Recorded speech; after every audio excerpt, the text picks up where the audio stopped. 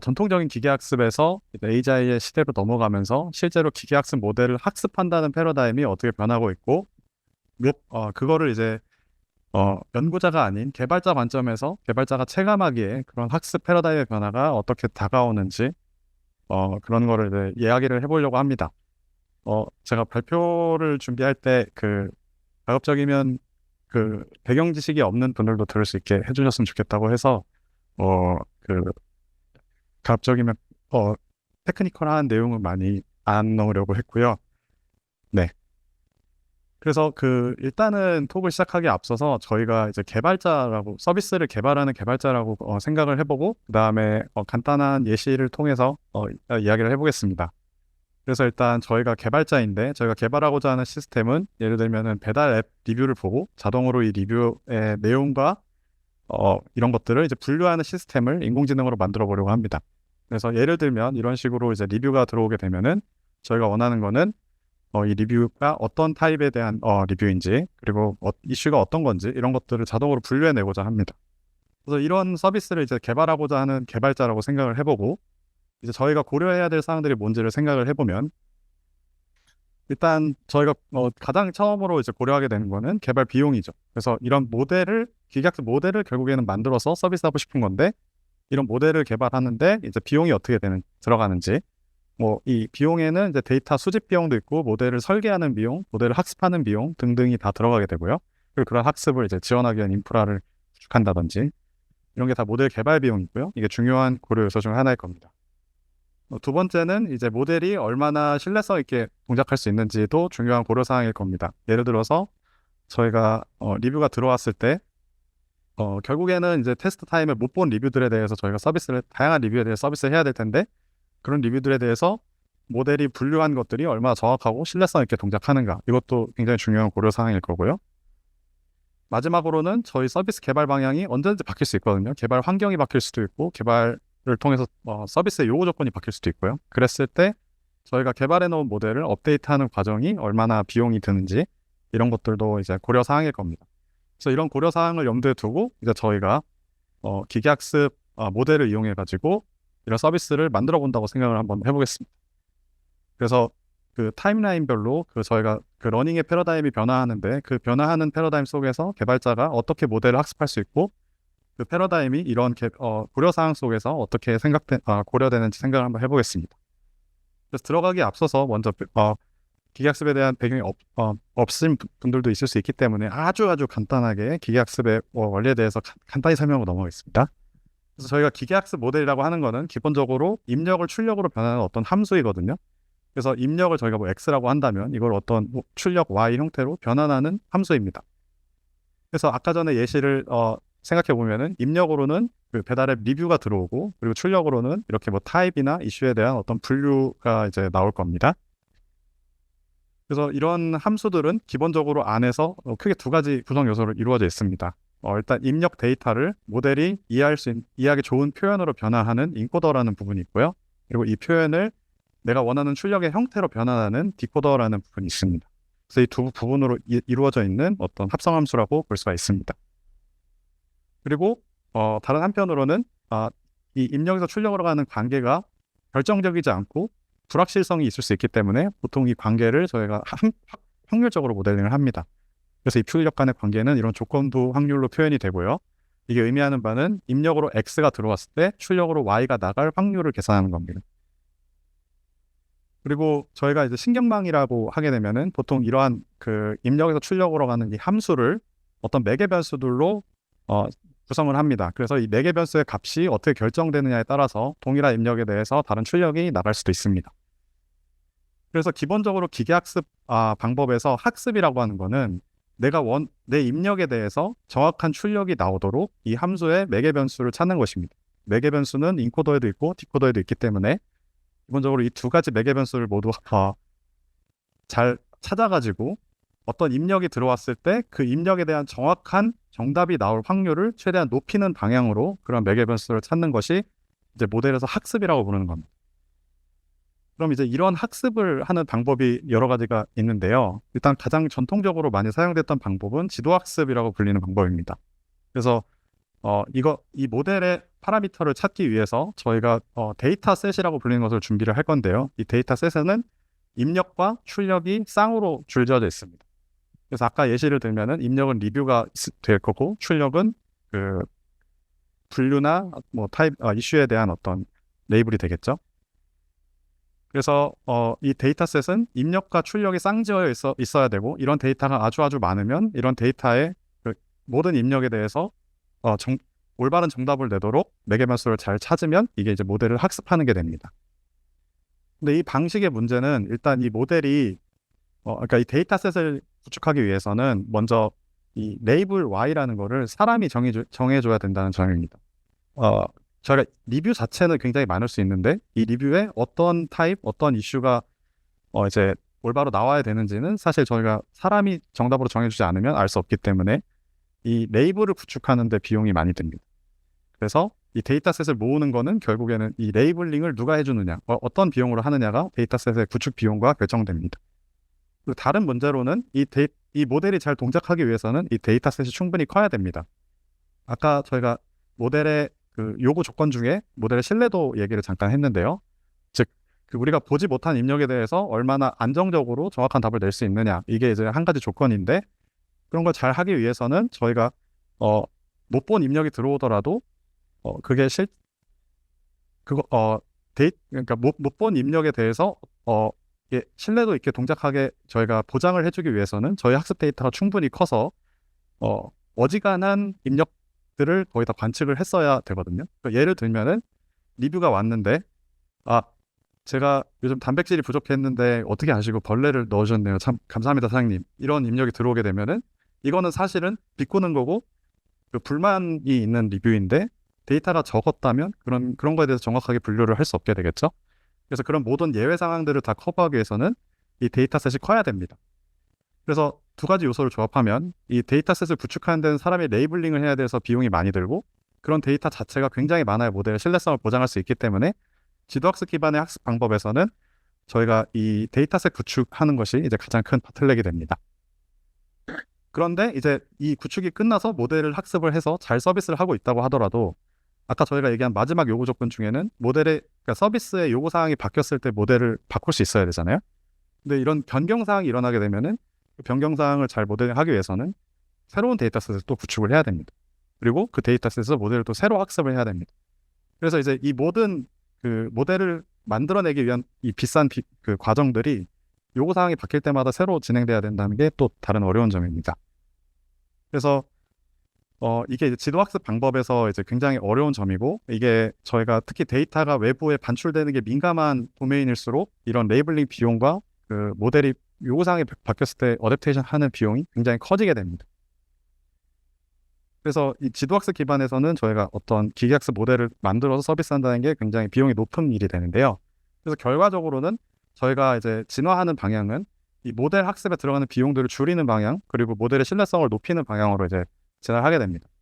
그래서 한 가지 이제 대안으로 나온 방법이 이제 사전 학습과 파인 튜닝 방법입니다. 그래서 이 방법에서는 일단 저희가 모델을 학습할 때 저희가 풀고자 하는 작업이랑 상관없는 데이터셋에서 먼저 학습을 합니다. 그리고 여기서 이제 인코더랑 디코더를 모두 파라미터를 학습하고 난 뒤에 이제 저희가 저희가 이제 배우고자 하는 작업에 대해서 미세 조정하는 과정을 거칩니다. 이제 저희가 원하는 태스크는 실제 사전 학습 때 봤던 태스크랑은 다르기 때문에 이 과정에서 모델 출력 구조도 당연히 다를 거고요.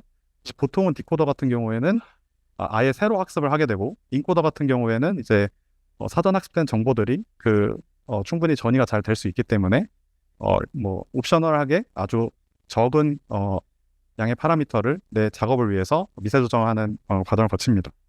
이렇게 되면은 결국 내가 사전 학습에서 학습한 어떤 상식 같은 거를 내 태스크를 풀기 위해서 미세 조정하는 과정만을 이제 학습하면 되기 때문에 학습에 필요한 파라미터 같은 게 많이 줄어들게 되고 정보도 많이 줄어듭니다. 그래서 기본적으로 이제 프리트레이닝, 파인 튜닝 이 절차를 거치게 되면은 저희가 이제 학습에 필요한 데이터의 양이 획기적으로 줄 수가 있습니다. 획기적으로 준다고는 하지만 여전히 이게 뭐 수십 장, 수백 장을 이야기하는 건 아니고 수천 장이나 수만 장 정도로 이제 줄어든다는 이야기입니다. 그래서 이게 프리트레이닝, 파인 튜닝 그 패러다임인데 이 안에서 한 가지 그 이노베이션이 2010년 중반쯤에 일어났는데 이게 바로 그 사전 학습을 할 때 만약에 저희가 풀고자 하는 작업이랑 상관없는 데이터셋으로 학습을 할 수 있다면 그 데이터셋에 굳이 레이블이 필요할까? 이런 이제 생각이 들었고요. 그래서 이제 새로 나온 아이디어는 이제 사전 학습 자체를 레이블 없이 비지도적으로 하자 하는 아이디어가 나왔습니다. 그걸 이제 비지도 학습이라고 부르고요. 그래서 이 패러다임에서는 저희가 사전 학습에 사용하는 데이터셋에 레이블이 없습니다. 그 데이터만 있고요. 저희가 원하는 거는 이 데이터의 확률을 높이는 방향으로 모델 파라미터를 찾는 겁니다. 그래서 직관적인 예시로는 예를 들면 비전 도메인에서는 이렇게 입력의 일부를 훼손시키고 그리고 훼손된 입력을 보이는 입력을 통해서 이제 복원하는 이런 태스크를 생각해 볼 수 있고요. 이걸 보면은 이제 입력과 출력 모두 그냥 데이터이거든요. 그래서 이제 레이블이 따로 필요 없기 때문에 저희가 인터넷에 있는 그러니까 데이터만 충분히 축적돼 있다면 그걸 이용해서 웹스케일 학습 같은 걸 이제 할 수가 있게 되는 거죠. 그리고 언어로 따졌을 때는 이게 뭐 예를 들면은 이전 단어들이 있을 때 다음 단어를 이제 예측하는 이런 문제가 됩니다. 그래서 이것도 마찬가지로 저희가 데이터만 있으면 얼마든지 모델을 학습할 수 있도록 설계를 할 수가 있습니다. 그리고 이런 이제 과정들이 만약에 제가 입력으로 들어오는 데이터가 모든 영역이 다 가려져 있다라고 생각을 하게 되면은 데이터를 채우는 게 아니라 데이터를 생성하는 게 되는 거거든요. 그래서 이런 비지도 학습에는 사실 생성 모델 또한 포함됩니다. 그래서 이런 비지도 학습을 사용하게 되면은 저희가 사전 학습에 사용할 수 있는 데이터가 아주 많아지기 때문에 사전 학습을 통해서 저희가 학습할 수 있는 일반적인 정보의 양이 매우 늘어납니다. 그럼으로써 저희가 미세 조정해서 학습해야 되는 정보의 양이 훨씬 더 획기적으로 줄게 되겠죠. 즉 개발자 입장에서는 내가 모델을 학습하기 위해서 필요한 데이터의 양을 획기적으로 더 줄일 수 있게 되는 겁니다. 그런데 만약에 저희가 이 사전 학습 때 학습하는 그 것들이 실제로 내가 서비스하고자 하는 태스크를 포함하게 될 정도로 사전 학습 데이터가 커진다면 그때는 미세 조정이라는 과정이 아예 필요가 없을 수도 있게 됩니다. 그래서 예를 들면은 그러니까 자연어 처리 같은 경우에는 입력과 출력이 항상 그 어떤 알파베티컬 그 시스템을 따르는 자연어 체계 안에 있기 때문에 저희가 자연어로 처리할 수 있는 모든 문제들을 어떤 입력 문장이 있을 때 뒤에 나오는 뒤따라 나오는 단어들을 맞추는 문제로 환원을 할 수가 있게 됩니다. 즉 저희가 사전 학습 때 학습한 것들이 그 정보가 온전히 새로운 그 미세 조정 없이 새로운 문제를 푸는데 온전히 다 전이가 될 수 있다는 얘기입니다.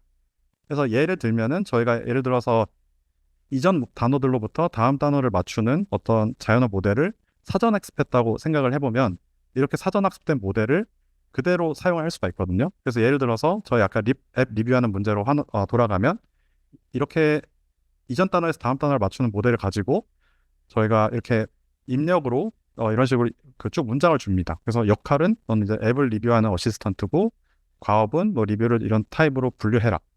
이렇게 룰을 알려주고 그 다음에 다음 리뷰를 처리해라고 이제 입력을 주면은 이제 그거에 해당하는 출력이 이렇게 나오는데 이 문제 자체가 입력으로 그러니까 이전 문장으로부터 다음 문장을 그냥 맞추는 그 사전 학습의 태스크를 정확히 일치하게 되기 때문에 별다른 미세 조정 없이 그대로 수행을 할 수도 있습니다. 그래서 이게 저희가 최근에 익숙한 챗GPT가 동작하는 그 프롬프팅 방식입니다. 그래서 프롬프트로 이렇게 입력을 주게 되면은 아웃풋으로 이렇게 텍스트를 내뱉을 수가 있게 되고요. 결과적으로는 얘도 아까 전에 봤던 거랑 마찬가지로 조건부 확률을 추정하는 문제이거든요. 그래서 학습되어 있는 사전 학습된 모델이 이미 표현하고 있는 조건부 확률에다가 입력만 바꿔서 저희가 이제 원하는 출력을 이끌어야 하는 방식입니다. 이렇게 되면 이제 더 이상 모델을 새로 학습할 필요가 없기 때문에 또는 학습을 할 때 필요한 건 거의 프롬프트에 이제 들어가는 텍스트들이기 때문에 저희가 훨씬 더 적은 비용으로 모델을 학습할 수 있게 되고요.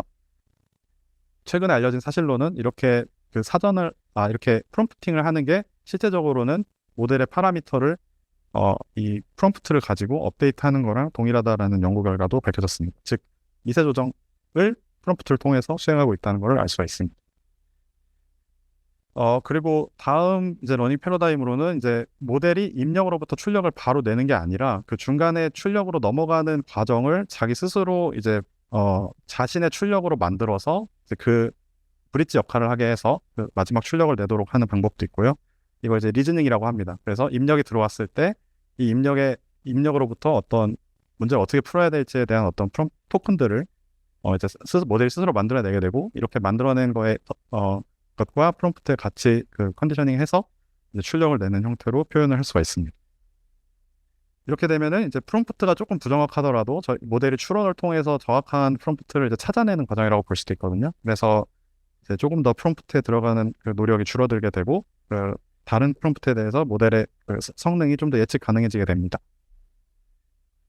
그리고 이제 이런 프롬프트를 모델이 직접 내뱉는 것이 아니라 외부 데이터베이스 같은 데서 이제 가져올 수도 있게 되고요. 뭐 예를 들면은 저희가 이런 프롬프트로부터 쿼리를 만들어서 데이터베이스에 이제 그 쿼리를 넣었을 때 나오는 그 어떤 문구들을 가지고 이 토큰을 어그멘트 할 수도 있습니다. 그래서 이렇게 하는 돌아가는 방법을 이제 리트리버 어그멘틱 제너레이션이라고 부르고, 마지막으로 이런 리즈닝과 그 리트리버를 합치게 되면 이제 저희가 에이전트라고 부르는 게 됩니다. 그래서 뭐 예를 들면은 저희가 모델의 스테이트를 프롬프트나 사용할 수 있는 툴 리스트로 정의를 해주고, 그 다음에 이걸 가지고 이제 어떤 형태로 작업을 수행해야 될지를 플래닝하고, 이것 플래닝도 결국에는 다 언어로 표현이 되죠.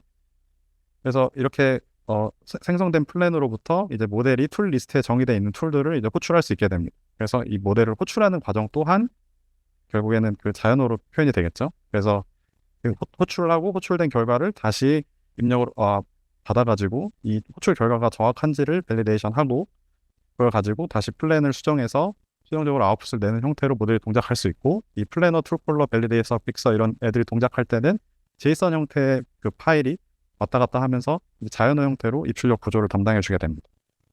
그래서 이렇게 되면은 저희가 이제 준비해야 될 거는 프롬프트랑 그리고 이 모델이 사용할 수 있는 어떤 툴들을 이제 정의해 주면 되겠죠. 그리고 여전히 뭔가 모델을 새로 학습해야 될 필요는 없습니다. 그래서 정리를 하자면 저희가 이제 지도 학습에서부터 에이전트까지 오면서 이제 러닝의 패러다임이 많이 변화했는데요. 그 과정에서 개발자가 이제 준비해야 되는 내용들도 많이 바뀌게 됩니다. 그래서 저희가 해야 될 슈퍼바이즈드 러닝에서는 이제 저희가 모든 부분을 다 새로 학습해야 됐기 때문에 데이터도 준비해야 되고, 레이블링 코스트도 크고, 트레이닝도 직접 해야 되기 때문에 트레이닝 코스트도 크고, 그리고 모델이 새로운 태스크로 바뀌었을 때 전체 모델을 새로 학습해야 되고, 저희 프리트레이닝 파인튜닝에는 이제 학습에 필요한 데이터들이 많이 줄어들게 되고요. 제로샷부터는 이제 새로운 데이터를 거의 준비하지 않아도 저희가 뭐 프롬프트나 아니면 툴 같은 거를 정의하면은 저희가 원하는 태스크를 풀 수 있는 모델을 구성할 수 있기 때문에 모델을 구성하는 비용이 획기적으로 줄어들게 됩니다. 그래서 이제 모델의 학습 패러다임이 사실 그 모델의 매개 변수를 학습하는 거에서 모델의 프롬프트나 툴 그리고 오케스트레이션 프레임워크를 이제 준비하는 과정으로 변화하게 됐고, 이 과정에서 직접적인 학습이 사라지게 됩니다.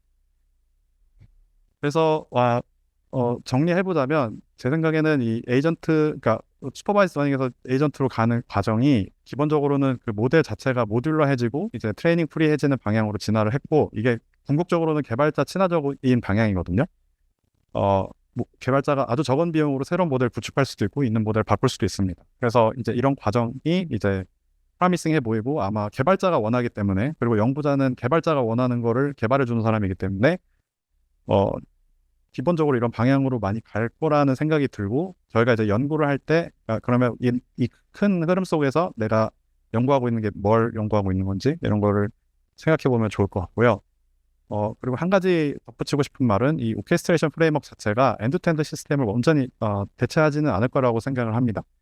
왜냐하면 워크플로우 자체가 일단 굉장히 길고 복잡하고 복잡도에 따라서는 한없이 길어질 수도 있는 거기 때문에 이게 비용 문제도 있고, 그리고 그 릴라이빌리티 이슈도 있습니다. 그래서 가급적이면 어떤 문제를 푸는 가장 짧고 효과적인 방법은 이 모든 시스템을 엔드투엔드로 설계하는 거기 때문에 이런 게 이제 문제가 되고요. 다른 하나는 이제 모듈들이 이제 상호 작용하는 과정이 결국에는 그 어떤 출력 입력이나 그러니까 언어로 표현된 입력이나 출력 형태로 교환을 하게 되거든요. 그래서 이제 레프레젠테이션 레벨에서의 정보 교환이 없기 때문에 이게 아마 더 깊은 리즈닝을 하거나 또는 베리피케이션을 하는데 바틀렉이 될 수 있습니다. 그래서 이런 과정, 이런 것 때문에 이제 엔드투엔드 시스템이 여전히 효과적일 수 있을 것 같고요. 마지막으로 이제 저희가 하고 싶은 얘기는 이제 에이전트처럼 이제 넘어가게 되면서 이 과정을 살펴보면 학습뿐만 아니라 모델이 할 수 있는 일이나 모델의 권한 측면에서도 점점 더 이제 할 수 있는 일들이 늘어나고 있거든요. 그래서 이게 실제로 AI가 이제 사람한테, 그러니까 뭔가 잘못 동작했을 때 사람한테 해칠 수 있는 해악의 크기가 점점 커지고 있습니다. 그래서 이런 상황에서 앞으로 이런 경향은 더 가속화될 텐데, 우리가 어떻게 하면 AI 모델이 안전하고 예측 가능하게 동작할 수 있도록 보장할 것인가, 이런 거에 대한 고민도 많이 있고요. 그래서 실제로 이제 이런 걸 준비하는 조직들이 굉장히 많이 있고, 그 중에 하나로 이제 월드 이코노믹 포럼에서 네, 이런 유슈아 벤지오를 코체어로 해서 이런 조직들도 실제로 활동을 하고 있습니다. 저도 이 안에 들어가 있고요. 그래서 실제로 이제 이런 고민들을 우리가 서비스를 개발하면서도 진지하게 고민을 해봐야 된다. 이런 생각이 듭니다. 네, 이상 발표를 마치겠습니다.